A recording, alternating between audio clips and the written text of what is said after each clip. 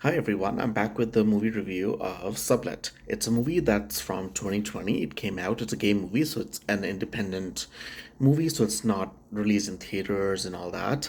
And it's about a person who's from an older generation who is on a business trip and goes to Tel Aviv, where he sublets an apartment. And the story is about his journey and the people he meets and how things change. He's a different person from what he was originally by the time he leaves. So that's the gist of the story, and I thought it was a good movie. It was a little slow in the beginning. The movie is kind of like a slow burn, but it's a good movie because it really builds. It really builds towards the end, and it's really surprising, a little sad, um, but it's good acting from all fronts. The supporting cast is pretty good too. I did find some things that were odd.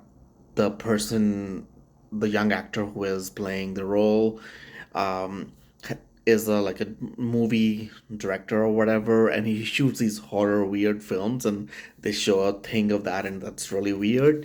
And I was not interested in that at all, but it shows what kind of a person he is basically, and their interaction together with two guys, and what how their journey has changed from there, how their perspective changes once they meet and get to know each other, and it's really fun, interesting perspective, and it's a really good movie to watch.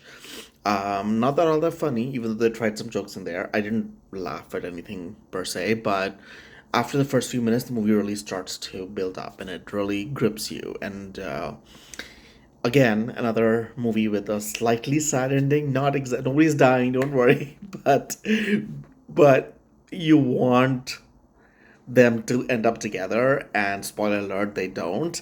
And it's it's one of those things where you have to kind of go with it. And that's one thing about Hollywood and English movies that I've noticed, especially the American movies, is that their perspective can be very sterile and very macroscopic at times, and in terms of what an ending should be.